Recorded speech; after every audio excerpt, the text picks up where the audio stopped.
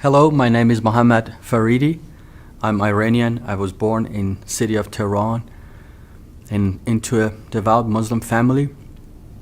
In 1984, when I was born, the country of Iran and Iraq was in war. That was an 8-year long war days for our countries.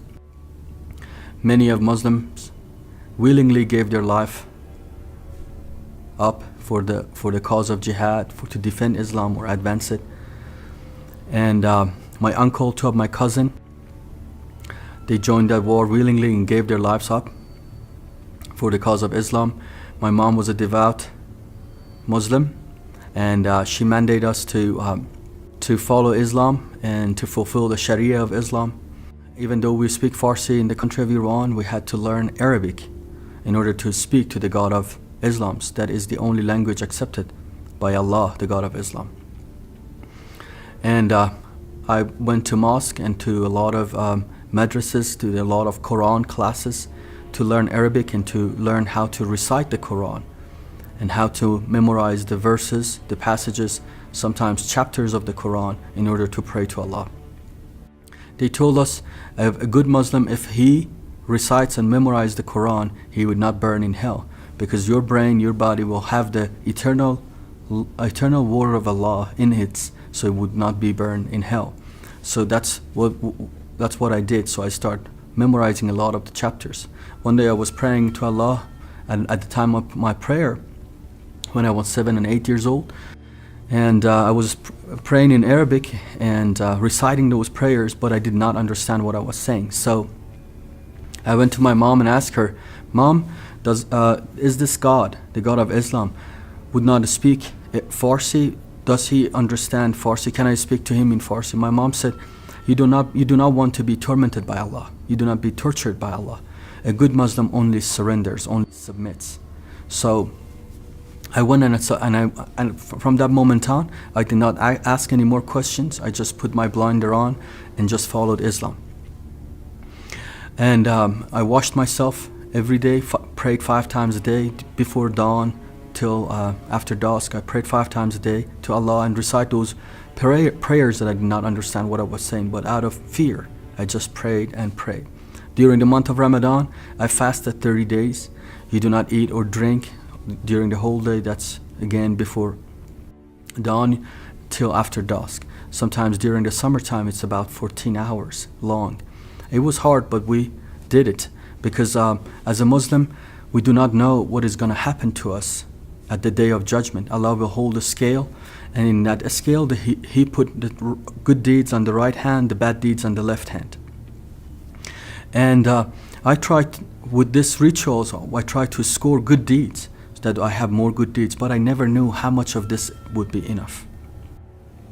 And as Shia Muslim, we mourn ritually in anniversary of the death of our Imams. The men get together in a room, they dim the light, someone recites a eulogy, provokes the crowd to beat themselves, weep and cry.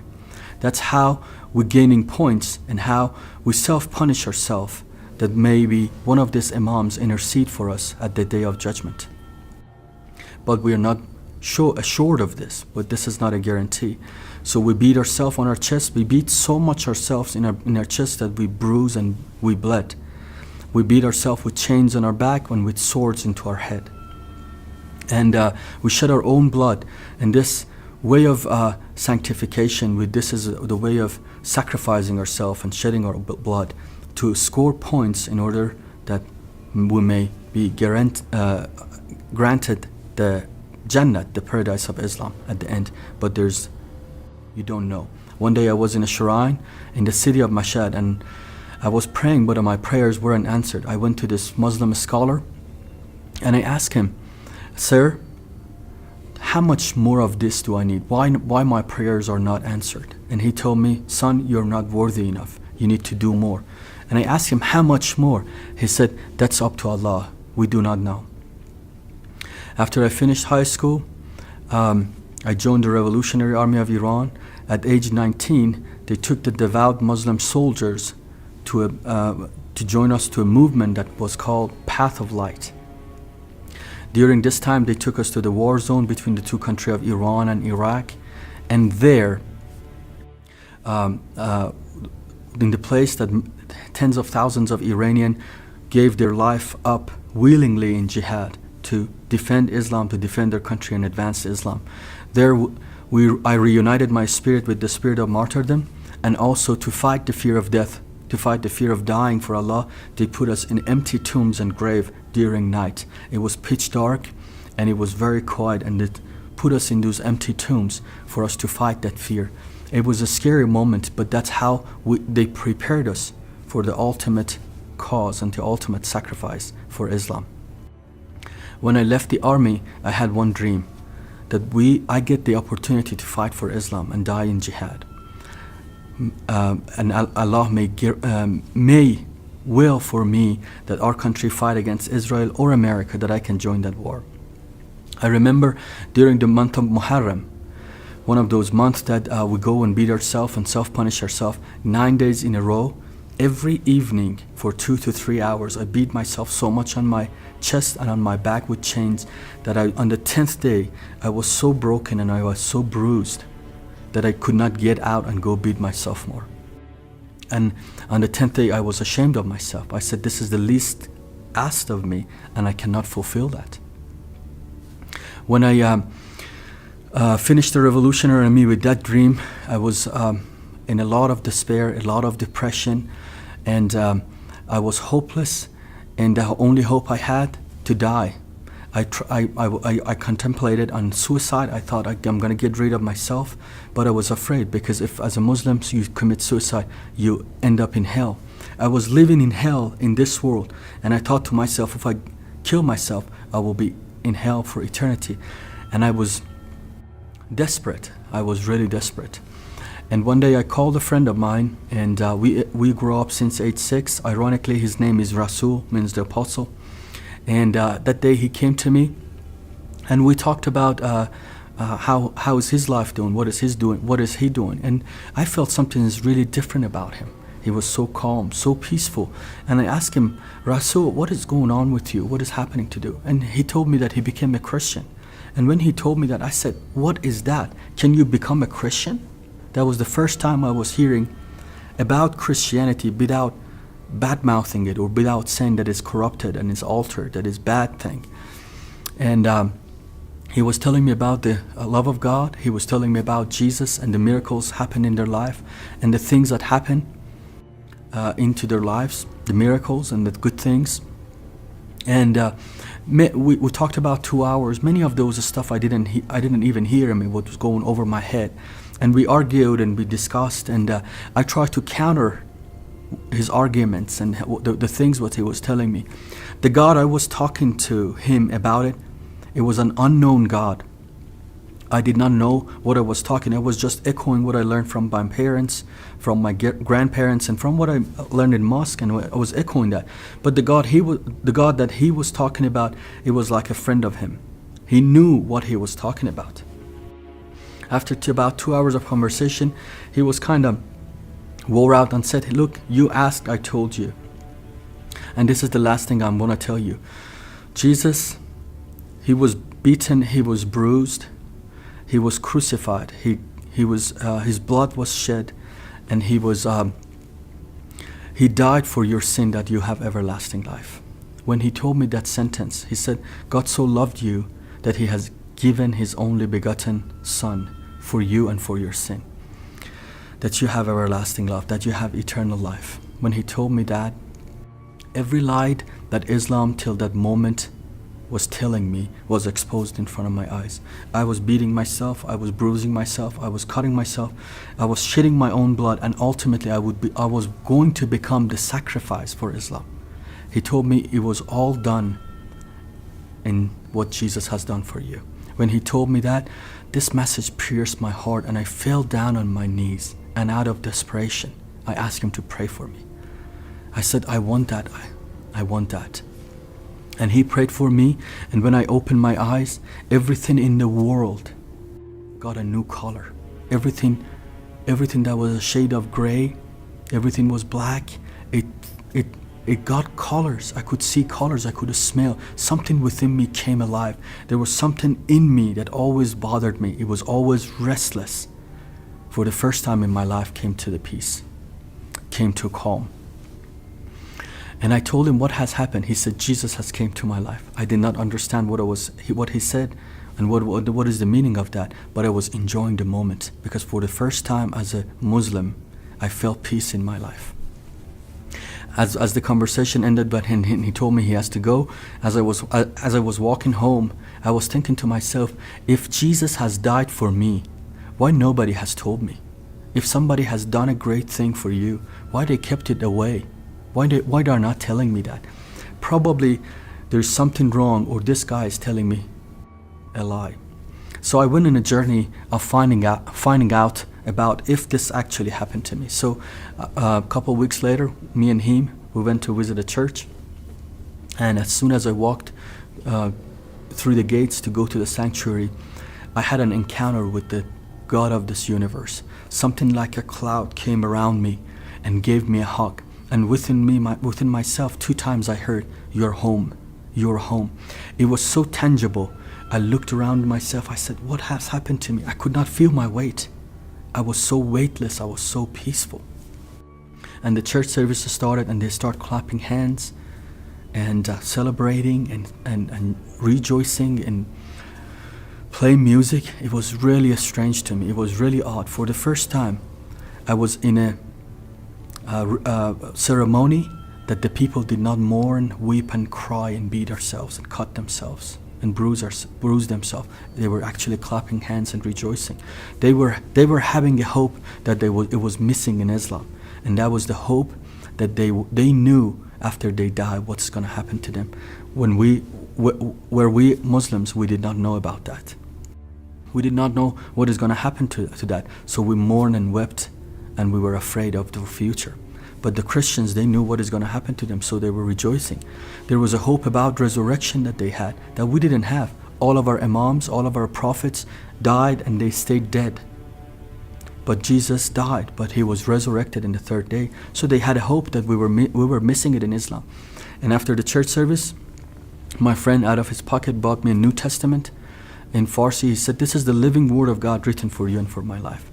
I said, "I don't understand what are you saying, but I want to know if Jesus has died for me." So I took the book home and I started reading it. And the more I read the Gospels, or the more I read it, the more I got connected to it. And I came to this verse in Matthew chapter 11, verse 28, 29, and 30. "Come to me who all labor, who are weary, and who are having heavy laden, and I will give you rest.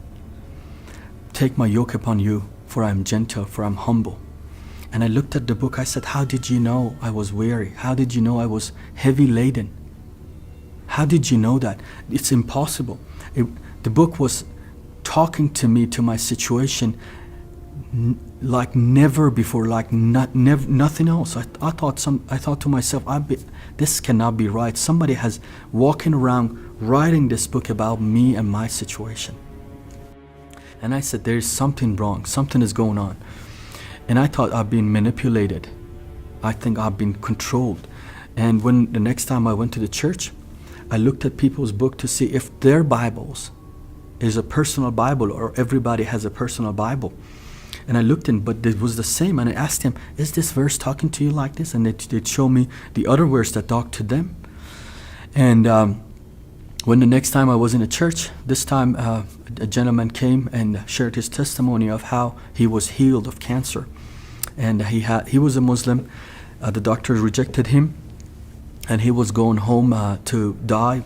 They said, there's no hope for you. We cannot do anything for you. And this gentleman in the church was sharing his testimony that he was going home. He see the cross over this church, and he comes in it, and there's some Christians in the yard, and he asked them, guys, can I give your God a try?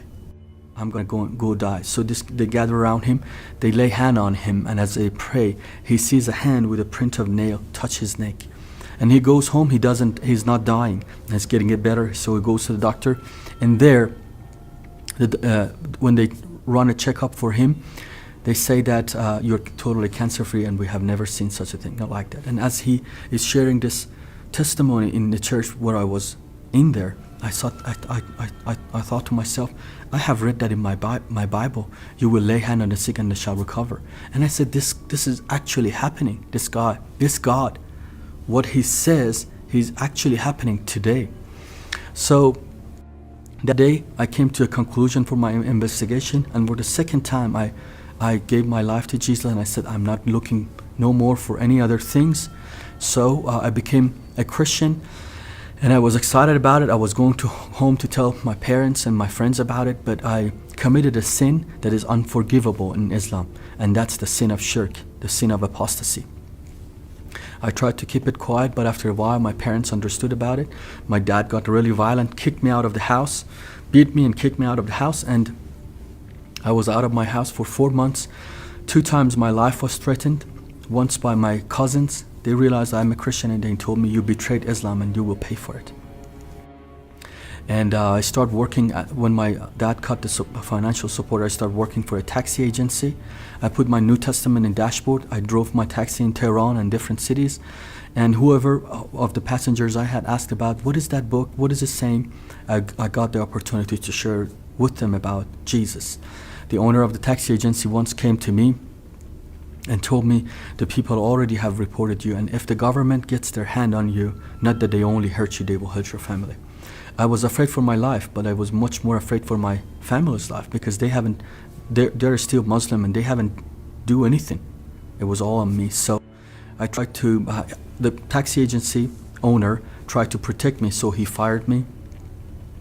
And I thought to myself, I may need to go to a different city. From Tehran, I may go to Isfahan, maybe to Shiraz.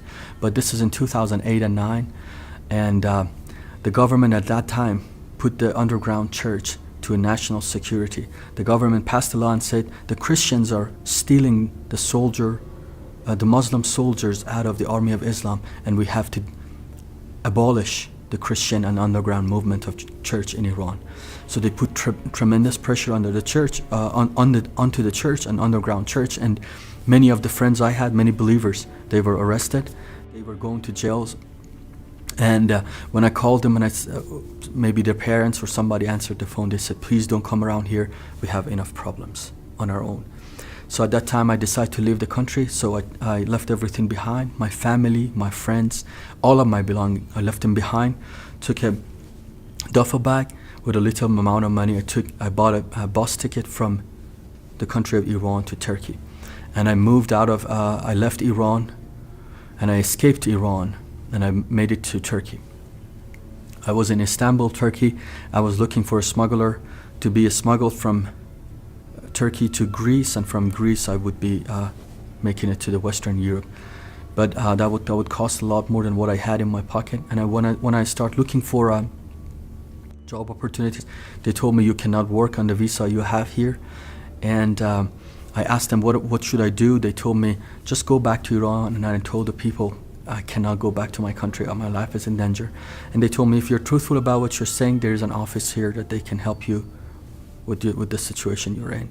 So I filed with the Commissioner of Refugees of the United Nations, and after 3 years of interrogations, they finally accepted my case and sent me to America. I landed here in June of 2012.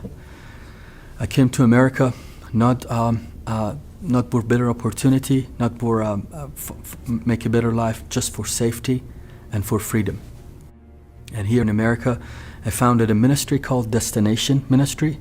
And the purpose of our ministry is to help people like me that are converting, or they need to minister to Muslims, to reach out to Muslims that they come from the bondage of Islam and cross to the kingdom of light. So the purpose of our ministry is to help Americans, help the churches, help the brothers and sisters to love on Muslims and preach to them the only hope, the only good message of the gospel, that they can see the light.